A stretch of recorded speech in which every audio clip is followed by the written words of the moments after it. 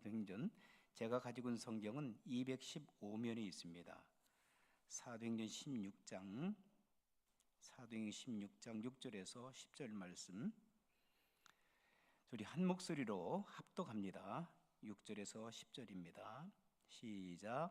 성령이 아시아에서 말씀을 전하지 못하게 하시거늘 그들이 브로디아와 갈라디아 땅으로 다녀가 무시아 앞에 이르러 비두니아로 가고자 애쓰되 예수님의 영이 허락하지 아니하는지라. 무시아를 지나 드루아로 내려갔는데 밤에 환상이 바울에게 보이니 마게도냐 사람 하나가 서서 그에게 청하여 이르되 마게도냐로 건너와서 우리를 도우라 하거늘 바울이 그 환상을 보았을 때 우리가 곧 마게도냐로 떠나기를 힘쓰니 이는 하나님이 저 사람들에게 복음을 전하라고 우리를 부르신 줄로 인정함이로라. 아멘. 우리 목사님 나오셔서 예수님을 잘 믿으려면 이 말씀을 전하실 텐데, 우리 고영남 목사님은 어떻게 보면 저의 선배님이시고 저의 또 짧은 기간이었지만 저희에게 또 전도학을 가르치셨던 또 교수님이기도 하십니다. 기독교 한국 침례교 총회에 또 제가 총회 행정국장으로 있을 때 또 전도부장도 하셨고, 그 후에 제가 미국에 왔을 때는 목사님께서 기독교 한국 침례교회 총회장도 성실하게 잘 감당하셨고, 그리고 연희동 침례교회, 연희동 침례교회 맞지 목사님? 신춘중앙, 제가 잘못 알았습니다. 신춘중앙 침례교회 서울에 있습니다. 거기서 평생을 이렇게 여러 군데서 사역을 하셨지만 마지막까지 오랜 기간 동안 하나님의 사역을 잘 감당하시고 지금은 원로 목사님으로 그 무대에서 사역을 감당하고 계십니다. 목사님 나오실 때에 우리가 할렐루야로 주님을 찬양하며 목사님을 환영하도록 하겠습니다. 할렐루야. 네, 목사님 감사합니다. 감사합니다. 네.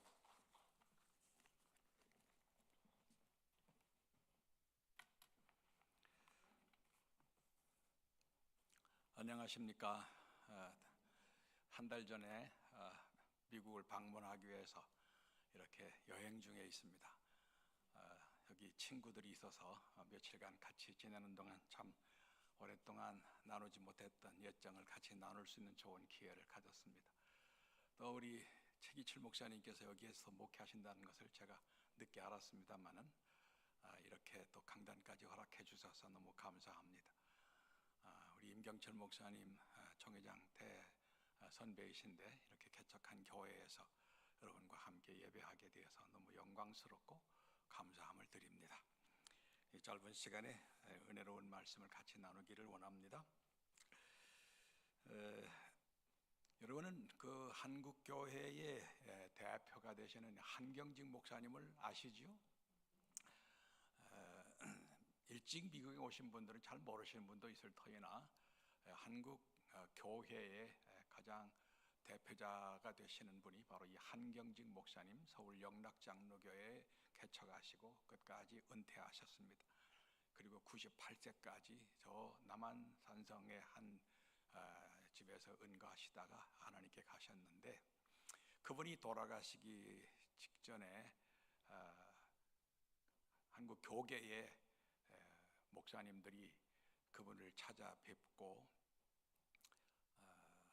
조언을 좀, 목회에 또 신앙생활에 도움이 되는 말씀을 같이 듣기를 원해서 여러 가지 얘기를 하는 중에 목사님 마지막으로 저희들에게 주실 말씀이 있으면 좀 한마디만 해 주십시오 라고 부탁을 했답니다.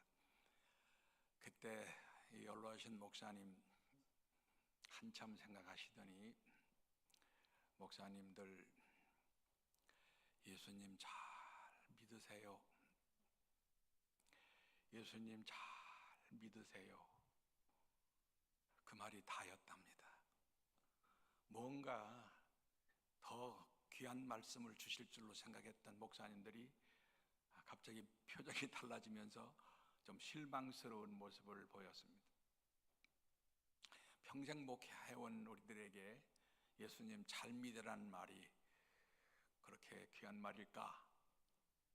그렇지만 이분들이 돌아오면서 생각을 해보니까 우리가 평생 주님을 섬기며 또 목회하면서 해야 할 일은 뭘까? 예수님 섬기되 잘 섬기고 잘 믿어야 되는 거 아니겠는가 생각해 보니까 그 어른 목사님 하신 말씀이 상당히 귀감이 되었다고 하는 이야기를 들었습니다. 여러분도 동감이시죠? 오늘 이 자리에 왜 오셨습니까? 예수님 잘 믿으시려고 오신 거 아닙니까? 어떻게 하면 예수님을 잘 믿을 수 있을까? 이것이 우리들의 늘 생각과 고민입니다. 오늘 우리가 지금 예배 드리고 있습니다마는 이 예배 자리에서도 우리는 주님을 바라보면서 우리가 어떻게 주님의 마음에 합한 자가 될 것이고 또 예수님을 어떻게 하면 우리가 잘 믿을 수 있을까요? 라고 하는 그런 의문 속에서 이런 예배를 드리는 것이 정상인 줄로 생각합니다. 예배 드리면서 우리는 경배도 드리고 찬송과 또 기도도 드리고 헌금도 드리면서 또 하나 주의 말씀을 들으면서 주의 뜻이 무엇일까? 주님이 날 원하는 게 뭘까라는 생각을 하시게 될 것입니다. 그리고 깨달은 말씀을 가지고 한 주일 세상에서 살게 되는 것인데요. 우리가 하나님 말씀을 듣고 깨닫고는 하지만 그 말씀을 사실상 생활 속에서 적용하면서 주님과 함께하는 삶을 살기는 결코 쉽지 않죠. 오늘 기도하신 분은 또 똑같은 기도를 했습니다마는 우리가 하나님 뜻을 찾아 행동하기가 참 쉽지 않다는 사실을 늘 느낄 겁니다. 왜냐하면 거기에 두 가지 의미가 있죠. 하나는 사람은 자기 마음대로 살고 싶어 해요. 어린 아이들이 조금만 자라가면 엄마 말 안 듣죠. 아빠 말 안 듣죠. 자기 멋대로 하고 싶어 하는 마음이 있잖아요. 그것이 이제 평생 가는 경우가 많다는 말이죠. 두 번째로는 사람은 남의 지배를 받고 싶지 않아요. 누구의 억압 속에 살고 싶지 않은 상황에서 우리가 예수를 믿는다고 하는 건 무엇입니까? 나를 내려놓고 내 생각을 버리고 주님을 따르고 주님이 인도하는 대로 나아가라고 하는 말씀인데, 신앙을 가진 사람에게 있어서 옛사람을 벗어버리고 주님이 말씀하신 그 은혜대로 살아가야 되겠는데 그 일이 쉽지 않아 우리는 때로 갈등을 느끼게 되고 또 마음에 부담을 안고 신앙생활을 할 때가 많이 있습니다. 그렇지만 예수 믿는 사람들은 어떤 사람입니까? 이미 자기를 내려놓고 예수님을 주님으로 모신 사람 아닙니까?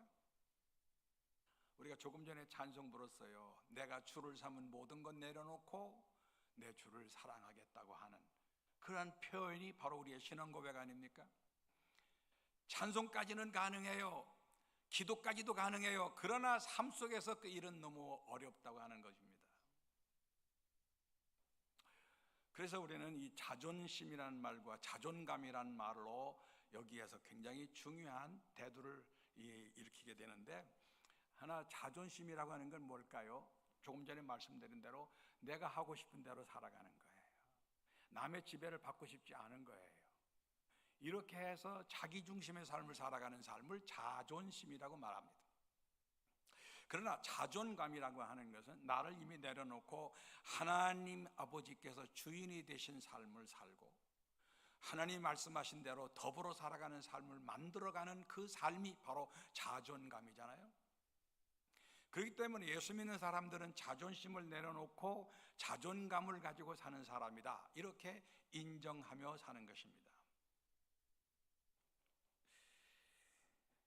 자, 그런 삶을 살기 위해서 우리는 계속 분투 노력을 하게 되는데 그렇게 잘 되지 않기 때문에 우리는 오늘 또 와서 주의 말씀을 들으면서 우리는 새로운 결심을 하고자 하는 것이죠. 늘 교회 와서 듣는 말씀이 뭐 다른 것 같지만은 사실상 내용은 하나죠. 지금까지 내가 인간적으로 가지고 있던 자존심은 내려놓고 주님이 원하시는 자존감으로 살아가는 것이죠. 오늘 읽은 본문 말씀도 그러합니다. 사도 바울께서 자기 생각을 버려놓고 주님 생각을 따라가는 그 삶의 모습을 우리에게 보여주는 거죠. 사도 바울이 예수를 배반했던 사람이고 예수를 핍박했던 사람입니다. 예수 믿는 사람들을 죽였던 사람입니다. 그렇지만 다메섹으로 가는 그 과정 속에서 예수님을 만나고 난 후에 그는 완전히 꼬꾸라졌습니다. 처음에는 당신이 누구십니까? Who are you? 라고 질문을 했지만 내가 네가 핍박하는 예수라고 하는 말씀을 들었을 때에 그러면 내가 지금까지 핍박했던 예수가 죽은 것이 아니라 이렇게 살아있는 분이라고 한다면 내가 이제 어떻게 살아야 될 것인가? What shall I do? 내가 어떻게 하면 좋겠습니까? 라고 고백을 하죠. 그 순간부터 그는 예수님을 따르기로 결심하고 말씀대로 다메섹으로 올라가서 아나니아를 만나고 눈을 뜨게 되고 그때부터 그는 새로운 인생을 살지요. 주를 위해서 평생을 살아가는 모습 속에서 우리에게 보여주는 아름다운 모습, 그 일면이 오늘 본문입니다.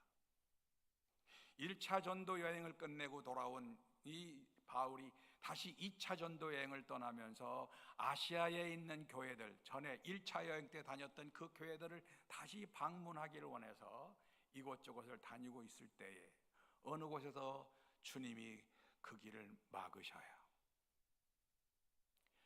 복음을 들고 나간 그를 성령이 막으신다고 하는 말씀 오늘 6절에 나오잖아요. 아니 내가 지금 어떤 일을 하고 있는데 주님이 막으셔? 그래서 다른 지역으로 가서 복음을 전하려 할 때 또 막으셔요. 이때 인간적으로 생각하면 아유 하나님 내가 얼마나 주를 위해서 지금 열심히 일하고 있는데 내 길을 막으십니까? 이렇게 불평할 수도 있었겠지만 이 사도 바울은 그날 저녁에 환상을 봅니다. 마게도냐 사람 하나가 간절한 마음으로 와서 도와달라고 하는 손짓을 합니다. 그 환상을 보고 난 다음에 바울은 깨달았습니다. 아하, 하나님이 이제는 아시아에서 벗어나 저 마게도니아 지역으로 가서 복음을 전하시는 거구나. 즉시 하나님의 뜻을 깨닫고 나서 그는 지체 없이 배를 타고 빌립보까지 건너갔다고 하는 이야기가 오늘 본문 내용입니다. 아주 단순한 이야기예요. 내가 계획하고 내가 진행하고 내가 가고 있는 길을 때로는 주님이 막으실 때가 있어요. 그때 우리는 왜 막으십니까? 내가 주를 위해서 얼마나 헌신하고 일하고 있는데요 라고 생각할 수 있습니다. 그러나 그때도 귀를 기울이고 왜 막으실까? 어떤 뜻이 있을까? 하고 귀를 기울일 때 그는 이렇게 환상을 보면서 그는 새로운 길을 걸어갈 수 있어서 엄청난 일, 마게도니아 지역의 복음을 전할 수 있는 일을 이뤄냈다는 사실입니다. 때로는 내 생각과 주님의 생각이 달라요. 내 계획과 주님의 계획이 달라요. 이것 때문에 우리는 늘 갈등을 하게 됩니다만 어떤 선택을 하느냐에 따라서 우리는 불신앙의 길도 걸어가고 신앙의 길도 걸어가게 되죠. 평생을 그렇게 살아가는 사도 바울 3차 전도 여행할 때에 주님께서 말씀하십니다. 예루살렘으로 내려가라. 거기에서 네가 많은 환난과 고통을 당하게 될 것이다. 아니 가라고 하시면서 좋은 일이 생겼다고 말해줘야 되는데 환난과 고통이 따를 거라고 하는데도 불구하고 하나님이 가라고 하신단 말이에요. 이때 사도행전 20장 24절에 보면 나의 달려갈 길과 그리스도께서 주신 사명 이 일을 감당하려 하면은 내 생명을 조금도 귀하게 여기지 아니하노라. 그렇게 해서 그는 예루살렘에 내려가서 붙잡혀가지고 로마로 압송되는 일을 경험했죠. 그가 보여준 신앙의 모습, 위대한 사도 바울의 모습입니다. 저는 이 한 사람의 얘기뿐만 아니라 성경 전체를 보면 위대한 신앙인들이 다 그렇게 살았어요. 우리의 믿음의 아버지라고 부르는 아브라함은 어땠습니까? 그는 갈대아 우르에서 부름을 받았습니다. 내가 살고 있는 본토, 친척, 아비집을 떠나라. 그리고 내가 네게 지시할 땅으로 가라. 이게 얼마나 어려우니까 말은 쉽지만 지금까지 삶의 터전을 잡고 안전하게 살고 있는 이 자리를 떠나가라면 어떻게 쉽게 떠나겠습니까? 그리고 인도할 곳이 뭐 분명히 정해져서 안전한 곳, 더 좋은 곳이다 하면 좋은데 내가 너에게 지시할 땅으로 가라. 아직 너는 몰라도 좋아. 내가 인도하는 대로 따라가. 이렇게 말할 때에 나는 그렇게 불확실한 일 안 하겠습니다 하고 대답할 수 있지만 아브라함은 떠나갔거든요. 그래서 그는 위대한 믿음의 조상이 되었습니다. 여러분이 잘 알고 있는 열왕기하 5장에 나오는 아람 나라의 나만 장군 아시죠? 위대한 전쟁의 역사를 승리로 이끈 그가 왕의 총애를 받습니다마는 몸에 나병이 생겨가지고 고통을 당합니다. 남에게 말하지도 못하고 고통을 당하면서 앓고 있을 때에 자기 집에 있는 조그만 계집아이, 이스라엘 땅에서 잡아온 그 계집아이가 우리 주인이 이스라엘 우리 선지자 밑에 가면 낫겠나이다라고 하는 말을 전해줍니다. 그 주모가 그 말을 듣고 남편에게 전해줍니다. 이때에 이 말을 들은 이 나만이 얼마나 마음이 상하겠습니까? 심지어 저 이스라엘 집에서 다 잡아온 꼬마까지도 나를 무시하네. 아니, 우리 땅보다 좁은 저 적은 이스라엘 땅 가서 뭘 고칠 수 있다고 무시할 수 있었으나 나만 귀하게 어린아이의 말을 듣지 않아요? 그리고 왕에게 가서 이스라엘 땅에 가면 나를 고칠 수 있다니 내가 가보겠습니다. 왕도 그럴 수만 있다면 가야지 하고 그를 후원해줘서 가지 않습니까? 왕에게 갔지만 왕은 고치지를 못했습니다. 실망을 했을 때 엘리사가 나한테 오너라 해서 오게 했습니다. 그래서 사람들을 이끌고 그에 가니까 조그만 종 하나가 나와가지고 저기 요단강에 가서 7번 목욕하셔야 해요. 이 말을 들은 나만은 더 기분이 나빴습니다.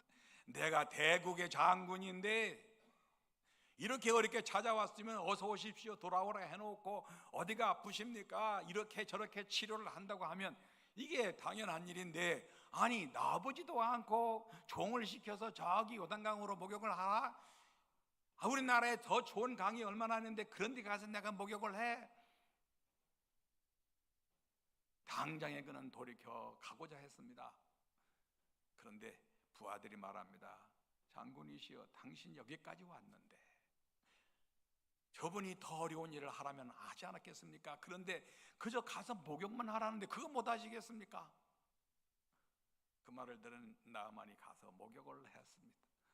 순종을 했습니다. 놀랍게 몸이 깨끗해졌습니다. 이 이야기를 왜 하실까요, 주님이? 네 생각이 아무리 높은 것 같고 강한 것 같고 귀한 것 같아도 하나님 말씀 안에서는 아무것도 아닌 것을 알라. 하나님 말씀에 순종해서 살면 복이 되느니라고 말씀하십니다. 사렙과 과부 얘기는 안 그렇습니까? 마찬가지지요. 이제 한 끼 먹을 양식 가지고 이제 겨우 준비하고 있는데 엘리야가 와가지고 물 한 그릇 달라. 지금 어느 때인데 물을 달라고 합니까? 그래도 주려고 가니까 또 버립니다. 나에게 너가 만든 떡을 한쪽 만들어서 나에게 주고 나머지는 네가 아들과 네 먹으라. 얼마나 극한 흉년인데 이제는 한 끼 먹고 죽을 이러한 아주 급박한 상황인데 엘리야가 찾아와가지고 가진 쪽박까지 깨는 소리를 합니다. 그런데 놀라운 것은 이 여인이 그대로 순종하죠. 그래서 떡을 만들어서 엘리야에게 주니까 네가 이 흉년이 다가도록 네 가루통에 가루가 끊어지지 않아야 할 것이다. 이게 바로 하나님의 말씀입니다. 저는 이런 성경 말씀을 보면 뭐 성경이 큰 얘기가 아니네. 다만 하나님 말씀 듣고 순종만 하면 잘 되는 길이 열린다고 하는 내용이네. 그런 말씀을 마음속에 새기고 있습니다. 성도 여러분, 이 베드로 같은 경우는 어떻습니까? 베드로가 제자된 모습, 마태복음 4장에 보면 예수님께서 바닷가에서 그물을 내리면서 고기를 잡는 베드로와 안드레와 요한과 야고보에게 나를 따르라, 내가 너로 사람 낚는 어부가 되리라고 말씀하시죠. 그때 그들은 그물과 배를 버려두고 예수님을 따랐다. 아주 멋진 장면을 나타냈습니다. 그런데 누가복음에는 예수님의 제자되는 이 조건에 있어서 조금 더 주님이 구체적으로 말씀하시죠. 누가복음 5장에 보면 예수님께서 많은 사람들을 데리고 이제 바닷가로 왔습니다. 말씀을 전하는 데 있어서 너무 사람들이 밀려내니까 조금 더 거리감을 가져야 되겠는데 방법이 없어요. 마침 바닷가에 배가 있어서 배 한 척을 타고 난 다음에 자, 좀 배를 좀 띄워주세요 라고 부탁을 합니다. 바로 이 배는 베드로의 배 아닙니까? 밤새도록 고기를 잡으려서나 잡지 못한 상황에서 너무너무 지치고 화가 나고 절망적인 모습으로 이제 모든 걸 팽개치고 집으로 가고 싶은데 목구멍이 포도청이라 또 그물을 기워야 내일 바다로 나갈 수 있기 때문에 그물을 겨우겨우 깁고 있는데 예수님이 와서 배를 좀 띄워달라.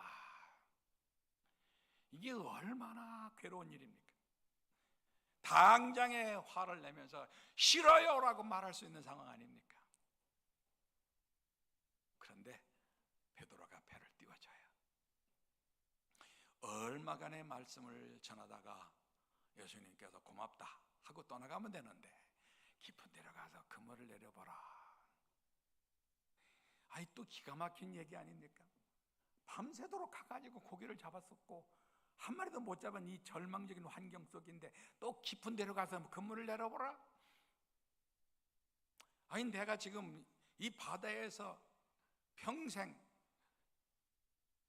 프로급수로 전문가처럼 살아왔는데 나를 무시하고 저 깊은 데로 가라?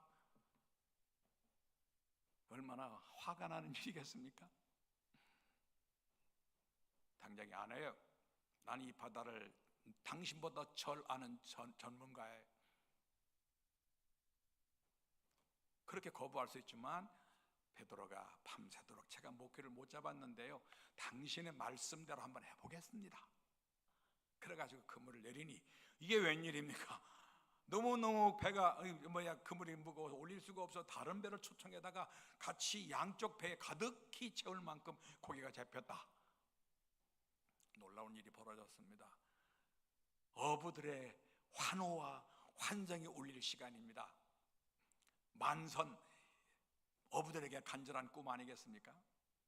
그런데 다른 사람은 어떨지 모르지만 베드로는 너무 풀이 죽었습니다. 그동안 내가 의기양양하게 이 바다를 잘 안다고 생각을 했고 정말로 바다의 전문가라고 생각했고 지금 나에게 말하는 사람도 사실상 내가 무시했지만 한 번 말씀을 따랐는데 이런 엄청난 결과가 왔으니 나는 뭔가 도대체 절망감이 생깁니다. 그래서 그 앞에 무릎을 꿇죠. 나를 떠나소서, 나는 죄인이로소이다. 그때 예수님께서 나를 따라오너라, 내가 너로 사람을 낚는 어부가 되게 하리라. 무슨 말씀이세요? 나 같은 사람이 어떻게 당신을 따라올 수 있어요? 나는 못해요 라고 말할 수 있었습니다. 그런데 베드로는 싫어요도 안 했고 안 해요도 안 했고 못해요도 안 했습니다. 싫어요는 감정 문제고요, 못 안 해요는 지적인 문제고요, 그 다음에 못해요는 의지적인 문제, 지정의 문제, 인격적인 문제에서 그는 예수님께 항복했습니다. 바로 그것이 예수님의 좋은 제자가 될 수 있었던 비결이라고 봅니다. 인격적인 면에서 예수님 만났다고들 그렇게 말씀하시는데 인격적인 면이 뭐예요? 바로 이거예요. 싫어요 할 수 있지만, 안 해요 할 수 있지만, 못해요 할 수 있지만 따라가는 거예요. 목회를 하다 보면 이 말 너무 많이 듣지 않습니까? 뭘 부탁하면 싫어요, 못해요, 안 해요. 여러분들은 안 그러시겠나요? 사랑하는 성도 여러분, 우리는 예수님 뜻대로 살기로 결심한 사람들입니다. 맞으면 아멘 합시다. 그래서 한번 찬송 한번 부르시려고요. 주님 뜻대로 살기로 했네 라고 하는 찬송인데 화면에 나오나요? 한번 좀 불러봅시다.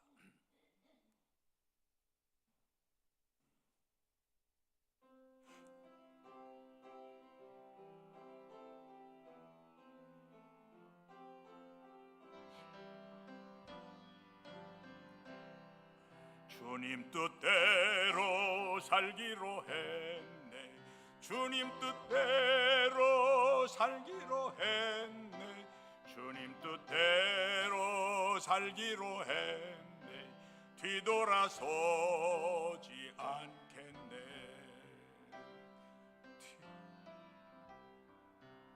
됐습니다. 네. 뭐 자주 부를 수 있지만 주님 뜻대로 살기로 결심한 분들이 저와 여러분입니다. 뒤돌아서지 않겠다고 다짐한 분들입니다. 그러나 우리는 생활 속에서 정말로 그렇게 살았나요? 말씀을 듣는 것까지는 잘합니다. 기도도 잘합니다. 그렇게 할 수 있도록 도와주십시오. 그러나 그렇게 살기는 쉽지 않습니다.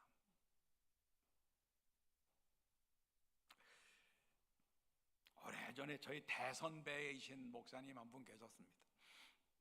그분이 고등학교, 대전의 아주 명문 고등학교를 졸업하시고 우리 침례 신학교를 들어오셨어요. 한 5, 60명의 학생들이 있는데 초창기입니다. 그때에 우리 학생들을 이렇게 공부하는 것을 보니까 너무나 수준이 안 맞아. 수준이. 나는 그래도 명문 고등학교를 졸업한 머리가 팍팍 돌아가는 사람인데 내가 신학교에 와서 이렇게 보니까 이게 뭐 별 볼 일 없는 사람들이 와서 공부를 하는 것 같아.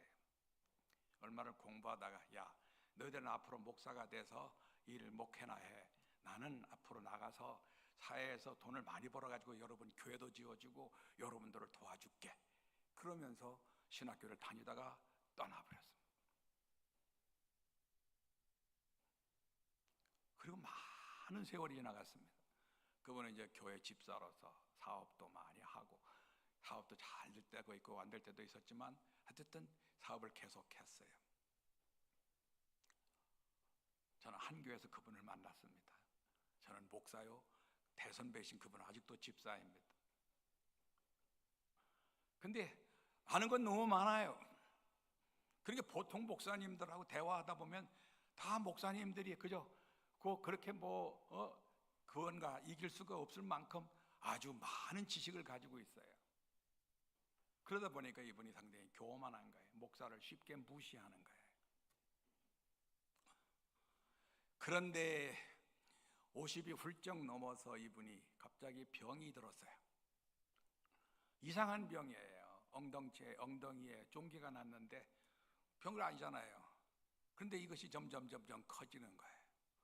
가지고 잘 걸을 수가 없어요. 그래서 경찰병원에 입원을 했어요. 뭐 병원에서도 특별하게 고칠 수 있는 상황이 아니라서 그냥 이렇게 신음시음 앓고 보니까 나중에는 정말로 몰골이 너무너무 형편이 없어요. 이젠 거의 돌아가실 것 같아요. 근데 마침 그분의 동기가 한 분 있었어요. 목사가 되신 분이 저와 함께 그를 찾아갔습니다. 기도해 주시면서 손을 잡고 친구야, 아직 안 늦었다. 이제라도 네가 하나님 앞에 헌신하겠다고 기도해라. 하나님께서 너를 쓰실지도 모르겠다. 그러니까 그 말 한마디에 이 사람이 갑자기 눈물이 쫙 떨어지는 거예요. 그리고 나서 회개를 하기 시작하는 거예요. 그 회개의 눈물이 바로 그를 치료해버렸어요. 그래가지고 얼마 있다가 퇴원을 해요. 그리고 나서 신학교를 찾아가요. 자기 친구들은 벌써 교수요, 총장인데 이제 찾아가가지고 옛날 학적부 찾아가지고 신학교를 다니는 거예요. 그리고는 목사가 되셨어요. 그리고 나서 지금은 선교사로 나가서 지금까지도 일하고 있는 줄 알고 있어요. 아직 돌아가셨다 소리를 못 들었어요. 저는 그분이 늘 마음속에 새겨져요. 저렇게 부르심을 따를 때 보일 터인데 인간적인 생각으로 그 부르심을 회피했을 때 얼마나 불행해져 가는가. 저는 16살에 하나님의 부르심을 받았습니다. 그때 성령 체험을 하고요. 밤낮으로 기도하는 가운데 주님이 저를 부르셔서 목사가 되게 하셨습니다. 그게 1962년도인데 그때는 한국 교회가 너무 어려울 때, 침례교는 말할 것도 없이 어려운 일을 많이 당할 때, 그때 저는 어려운 일을 당하는 것을 보면서 목사는 저렇게 살아야 되는구나, 저렇게 죽어도 되는구나, 그렇게 생각을 하면서 준비를 했었습니다. 죽는 것이 목사의 길이라고 하는 말을 몹시 많이 들었습니다. 그래서 늘 죽는 것이 목사의 길인 줄 알고 살았어요. 그런데 지금까지 죽을 일은 별로 안 생기더라고요. 77년도에 저는 31살에 교회 개척을 하라는 음성을 들었습니다. 한참 교회에서 목사님을 섬기면서 교육 목사로서 재밌게 지내고 있는 때인데 갑자기 개척을 하는 음성이 들려와요. 개척하려면 돈이 있어야 될 것 아닙니까? 그 당시 어떤 교회에서 밀어주고 파송하고 이런 게 아니니까 혼자 나가서 알아야 되는데 하나님이 자꾸 하래요. 하나님 다 뭐 가지고 합니까? 돈도 하나도 없고 경험도 없고 아는 것도 없고 준비도 없습니다. 그리고 지금 둘째가 임신 중입니다. 근데 어떻게 가란 말입니까? 근데 기도만 하면 주님은 계속적으로 저에게 막 말씀하시는 거예요. 불안하게 견딜 수 없도록 말씀하시는 거예요. 한 달 동안 하나님을 향해서 기도했지만 도무지 주님을 이겨낼 수가 없어요. 그래서 할 수 없이 손들었습니다. 하나님 가겠습니다. 어디 가라는지는 모르겠지만 어쨌든 가겠습니다. 그리고 목사님을 찾아가서 1년 후에 제가 개척 떠나겠습니다. 그렇게 목사님에게 과감하게 선언을 했습니다. 목사님은 도무지 믿겨지지 않느니라고 생각했습니다. 이 사람은 네가 젊은 나이에 돈도 없이 어디 가서 뭘 하겠단 말이냐. 그렇지만 주님의 명령을 따랐을 때 주님은 벌써 다 예비해 놓고 오셨어요. 한 번도 가보지 못한 부산 땅에 개척지를 만들어 놓으시고 저를 파송합니다. 개척하러 나간 지 6개월 만에 예배당을 짓게 하셨습니다. 3년 만에 100명 이상의 교인들을 만들어냈습니다. 하나님께서 하셨습니다. 명령을 따르니까 부족함이 없었습니다. 갑자기 그 교회를 떠나라고 합니다. 한참 재밌는 교회인데 또 떠나라고 하십니다. 3년 7개월 만에 그 교회를 떠납니다. 큰 교회라고 하는데 껍데기만 크지 속은 다 알맹이가 비었습니다. 그 교회에서 열심히 일했더니 그 교회가 부흥이 됐어요.